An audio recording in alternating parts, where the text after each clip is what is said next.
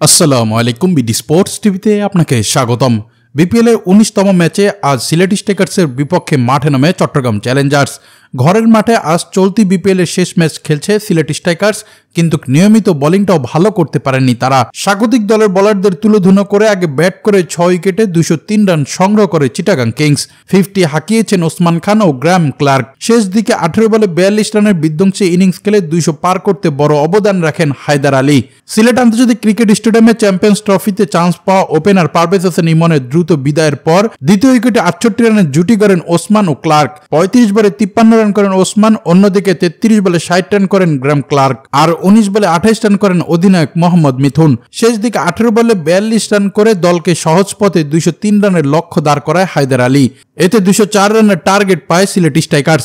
জবাবে দ্বিতীয় ইনিংসে জয়ের লক্ষ্যে ব্যাটিং করতে নেমে ১ রানে স্টার্লিংকে হারায় সিলেট স্ট্রাইকার্স। পরে দলীয় ৩৬ রানে ফেরেন জাকির হাসান, ব্যক্তিগত ২৫ রান করে ব্যাটার। পাওয়ার প্লেতে ৩ উইকেট হারিয়ে ৪৬ রান সংগ্রহ করে সিলেট। পরে দলের হয়ে সর্বোচ্চ খেলেন জর্জ মুন্সি, ৩৭ বলে ৫২ রান করে আউট হলে শেষ ১৮ বলে ৫৭ রানের প্রয়োজন থাকে সিলেট স্ট্রাইকার্সের। অন্য পাশে জাকির হাসান শেষ পর্যন্ত চেষ্টা করলেও ম্যাচ হারতে হয় চট্টগ্রাম কিংসের বিপক্ষে। তাই তো ম্যাচ শেষে কথা বলেন মোহাম্মদ মিঠুন। তিনি জানান, দুর্দান্ত ব্যাটিং করেছে আমাদের দল, তাই ম্যাচটা জিতেছি। তাছাড়া বল হাতে অ্যালিসন এবং খালিদ আহমেদ দুর্দান্ত বোলিং করে ম্যাচটা জিততে সহজ হয়। তবে আমরা চাইব পরবর্তী ম্যাচে নিজেদের সেরা খেলাটা ধরে রাখতে, এমন কথাই জানান মোহাম্মদ মিথুন।